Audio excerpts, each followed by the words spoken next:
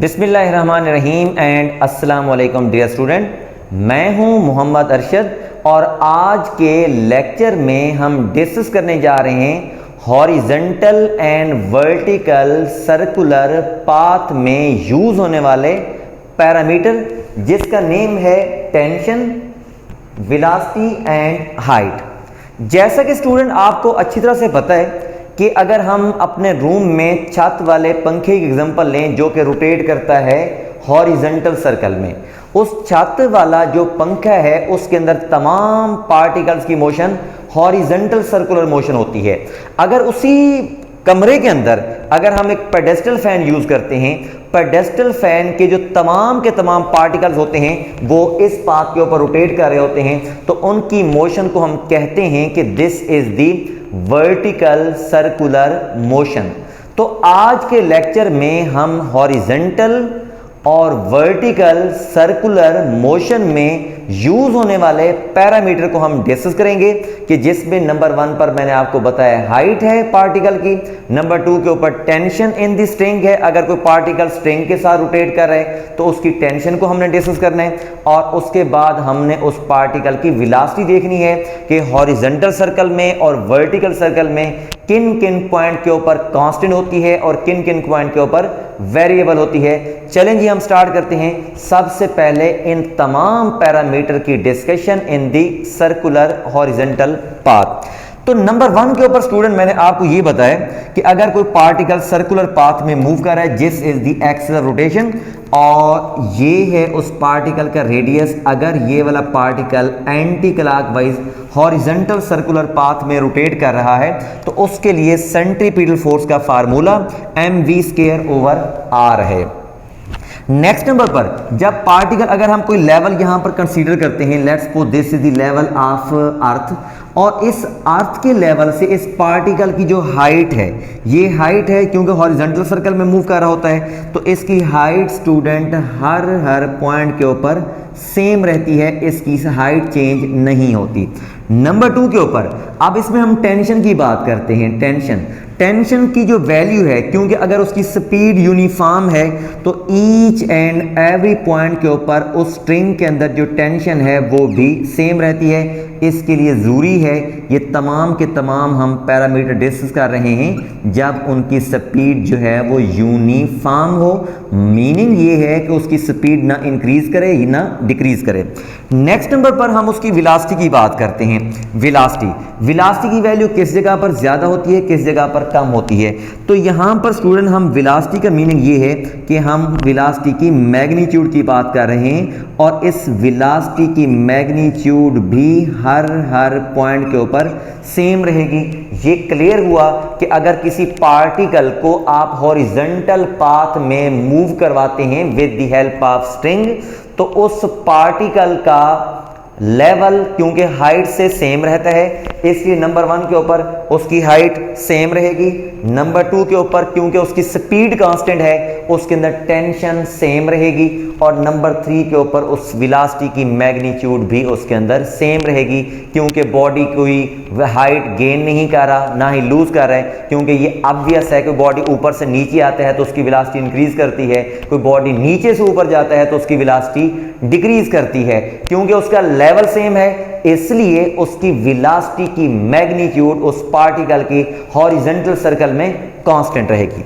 Next number पर हम देखते हैं कि अगर वर्टिकल सर्कल है, जिसकी मैं आपको एग्जांपल में दे चुका हूं कि वर्टिकल सर्कल की बेस्ट एग्जांपल हमारे घर में क्या हो सकती है, पेडेस्टल फैन, जिसके अंदर वो पार्टिकल मूव करते हैं सर्कुलर पाथ में। या स्टूडेंट उसके अलावा बेस्ट एग्जांपल ये हो सकती है कि कभी अगर आपने बचपने में, लड़कपन में आपने कोई बकेट उठाई हो, कि बाल्टी उठाई हो पानी की, उसके बाद बकेट उठा के उसके बाद उसको रोटेट करवाया हो इस तरह के पाथ में।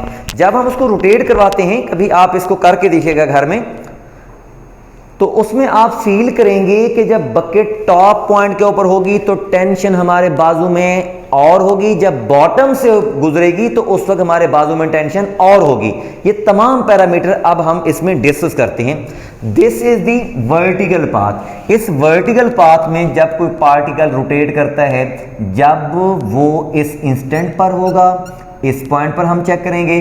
जब इसके बाद वो मूव करता हुआ वर्टिकल पाथ में इस इंस्टेंट पर आएगा, तब हम चेक करेंगे कि वर्टिकल मोशन में उस पार्टिकल की स्पीड हम चेक करेंगे कितना होती है टॉप पे, बॉटम पे, और उसके बाद उसके अंदर टेंशन क्या होती है, और उसके बाद उसकी हाइट क्या होती है।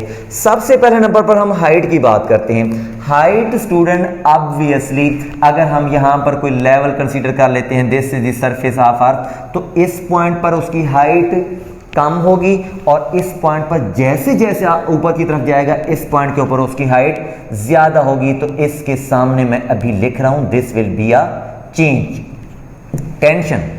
टेंशन की वैल्यू भी वेरी करेगी, इस पॉइंट पर और होगी, जैसे जैसे बॉडी ऊपर मूव करेगा इसमें टेंशन की वैल्यू ये भी चेंज होगी। कितना चेंज होगी इसको हम नेक्स्ट हम डिस्कस करेंगे। This will be also change.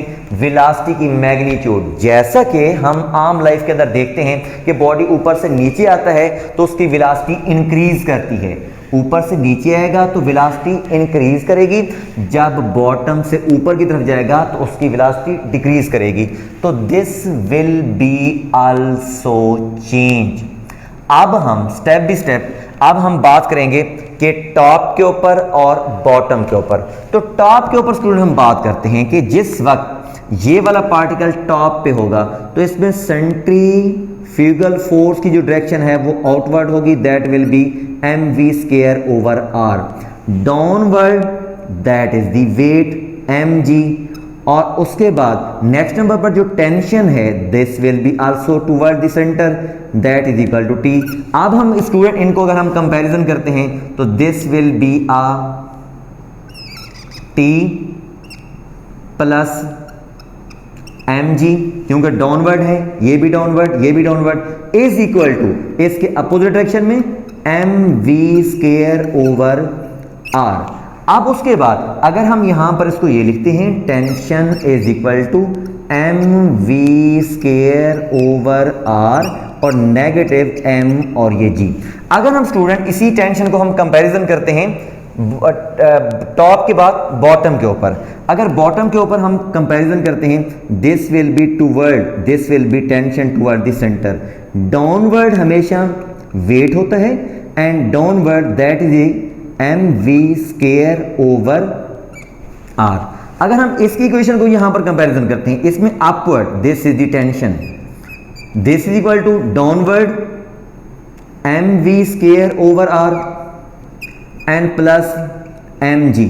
अगर हम स्टूडेंट दोनों की टेंशन को अगर हम कंपैरिजन करते हैं, इस टेंशन को अगर आप देखेंगे तो दिस विल बी ये वाला फैक्टर है और माइनस हो रहा है। अगर इस टेंशन को आप देखेंगे इसका मतलब है ये वाला फैक्टर है प्लस हो रहा है। तो अब मैं इस जगह पर लिख सकता हूं tension is equal to minimum, this will be minimum and this tension is equal to maximum. अब इसके साथ हम नेक्स्ट नंबर पर ये भी इसमें काउंट कर सकते हैं, अगर हम स्ट्रिंग के साथ अगर किसी पार्टिकल को रोटेट करवा रहे हैं तो मैक्सिमम चांस होगा जब वो बॉटम से गुजरेगा उस वक्त वो स्ट्रिंग जो है वो ब्रेक हो सकती है। इसका मतलब ये है कि इस जगह के ऊपर टेंशन मिनिमम है तो इसको मैं लिख सकता हूं लेस चांस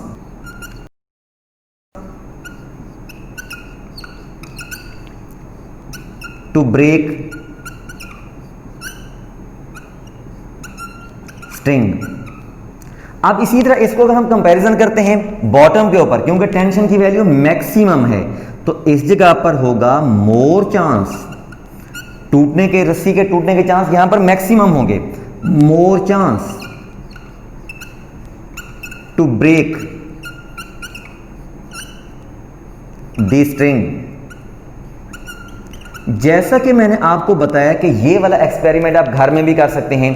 कोई बकेट लें, पानी उसमें थोड़ा सा भरें और उसके बाद उसको रोटेट करवाएं। जब आप रोटेट करवाएंगे टॉप पर जब बकेट होगी उस वक्त बाजू के अंदर टेंशन लेस होगी, जब बॉटम से रोटेट कर रही होगी उस वक्त बाजू के अंदर, इस आर्म के अंदर टेंशन की वैल्यू मैक्सिमम होगी।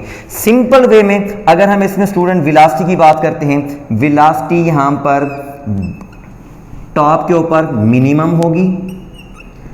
होगी जिसकी वैल्यू हम लिख सकते हैं v is equal to g और ये r और ये अंडर रूट। और बॉटम के ऊपर, क्योंकि बॉडी ऊपर से जब नीचे आता है तो स्पीड ज्यादा होती है, इस जगह पर स्पीड मैक्सिमम होगी और इसकी कैलकुलेशन में अगर हम लिखना चाहें तो that will B 5 and G and R where R is the radius of the circle. तो ये तो था स्टूडेंट हमारा आज का लेक्चर, जिसके अंदर हमने डिस्कस किया हॉरिजॉन्टल एंड वर्टिकल सर्कल में यूज होने वाले पैरामीटर और उनकी वेरिएशन। इस लेक्चर में आपको किसी पॉइंट के ऊपर कोई प्रॉब्लम है तो आप हमें कमेंट सेक्शन के अंदर लाजमी बता सकते हैं। Thank you very much. Allah Hafiz.